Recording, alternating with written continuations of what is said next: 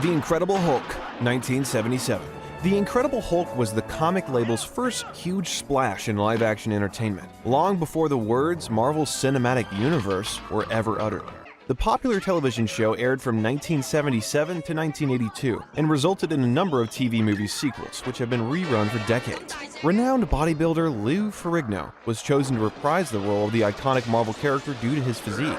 Since there was no CGI back in the days, so the first ever Hulk we got was a naked Ferrigno painted entirely green. Originally, Richard Kiel was cast as the Hulk. However, as production on the pilot began, the producers believed he wasn't bulky enough. The Incredible Hulk returns, 1988. The muscle-bound monster returned to television screens in 1988 in the form of a TV movie in which he teams up with Thor. You will be shocked to learn that in this movie and its sequels, Lou Ferrigno dons a new hairdo as the Hulk because his hearing troubles worsened, necessitating the replacement of his wig in order to better conceal his new hearing aid. But he did look much bigger in this TV movie and had been lifting some heavy iron in order to prepare for it. Additionally, this television film acted as a pilot for a planned Thor television series, but that project never got off the ground.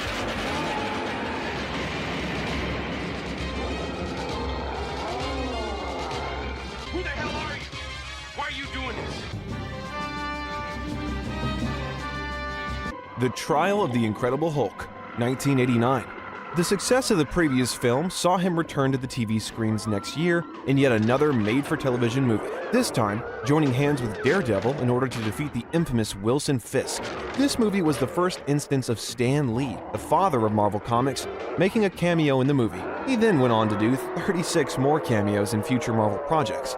Like the film that preceded it, this film was also conceived as a backdoor pilot for a potential NBC Daredevil series, but just like the previous film, that Daredevil series never happened.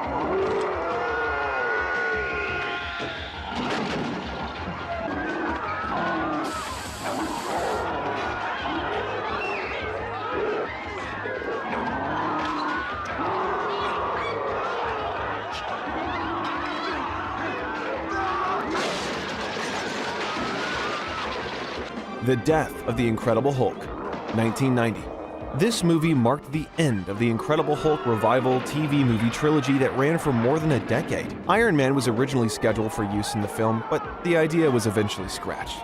While Bill Bixby's terminal illness was stated as a reason for the postponement and eventual cancellation of a sequel film, this was not the case. The decision was made before Bixby's health became an issue, and it was based on the film series' declining ratings. Following the ratings failure of this movie, NBC chose not to continue the series, and that marked the end of Hulk in the 20th century. Hulk, 2003. After a hiatus of more than a decade, the raging green monster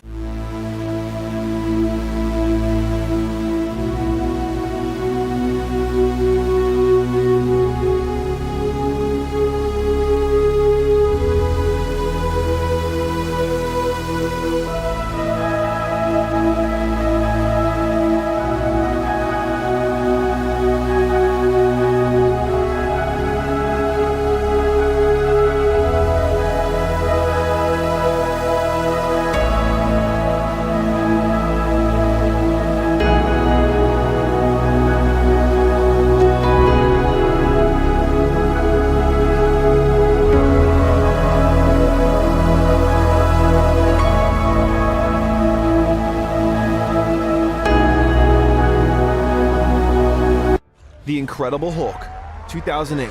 Just when everyone thought the 2003 disaster was rock bottom for the Hulk franchise, director Louis Leterrier proved everyone wrong by coming up with an even worse rendition in his 2008 sequel-cum-reboot.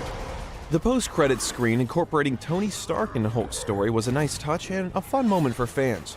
But with the MCU's new direction, almost everything Stark says in that scene makes no sense. The implication in this scene is that the Hulk was slated to be the villain in the upcoming Avengers team-up film. Whoever at Marvel Studios prevented that abomination from happening deserves a pay raise.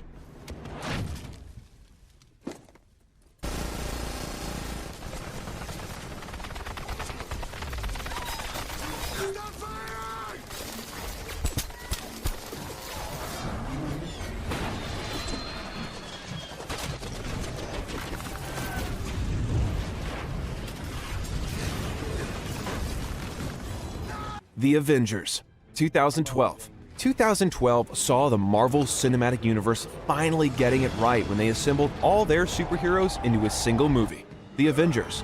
This was also when we got to see Mark Ruffalo's amazing performance as the Hulk that we now know and love, giving us iconic scenes like the one where Loki got a beating from him. The movie was a resounding success and at the time became the highest-grossing film of all time not directed by James Cameron. Originally, Edward Norton was intended to reprise his role as Hulk from The Incredible Hulk 2008, but talks between him and Marvel Studios fell through, and Ruffalo was cast instead.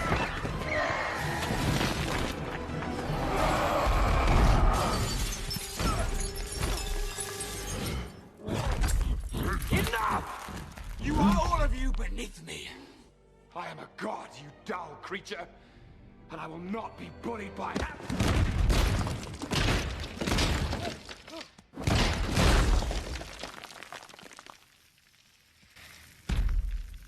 Puny god. Avengers: Age of Ultron, 2015.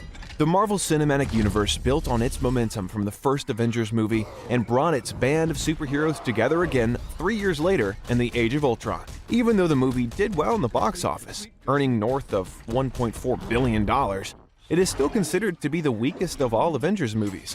In it, Mark Ruffalo's portrayal of the Incredible Hulk is based on Peter David's Hulk comics, in which the Incredible Hulk and Bruce Banner were two different people. Moreover, the Incredible Hulk's voice was provided by Lou Ferrigno in this film. Since 1978, he played the Incredible Hulk in practically every live-action adaptation till 2015. Now that's incredible.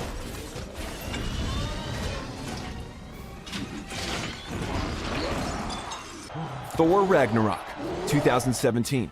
Almost 30 years after the first ever Hulk movie introduced Hulk and Thor working together, we finally got to see the iconic pair return to fight off evil, albeit in a completely different era, played by completely different actors. In Taika Waititi's wildly entertaining ride, Mark Ruffalo replaced Lou Ferrigno to voice the Incredible Hulk for the first time in the Marvel Cinematic Universe. While this film adapts the Planet Hulk plot, director Waititi claims that Hulk was not originally planned to appear in the film, but are we glad they decided to bring the Hulk on board for this.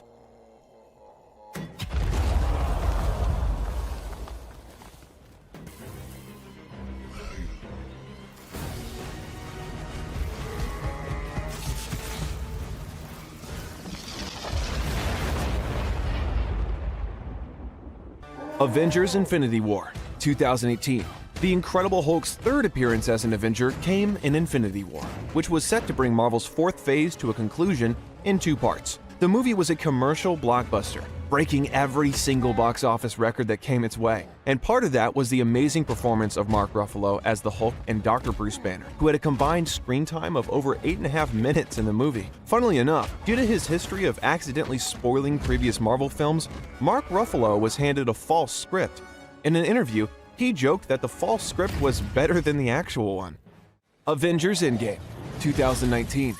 We saw the last of the Incredible Hulk in the Marvel Cinematic Universe in the final and biggest movie in franchise history, Endgame. For the first time ever, the movie saw the introduction of Smart Hulk, which finally saw a compromise between Dr. Banner and his alter ego, the Hulk, as they lived harmoniously in a single physical form. During his interview, Mark Ruffalo said that the merging of Bruce Banner and Hulk, whom he plays in the film, was something that had been in the works for a long time before it happened in Endgame.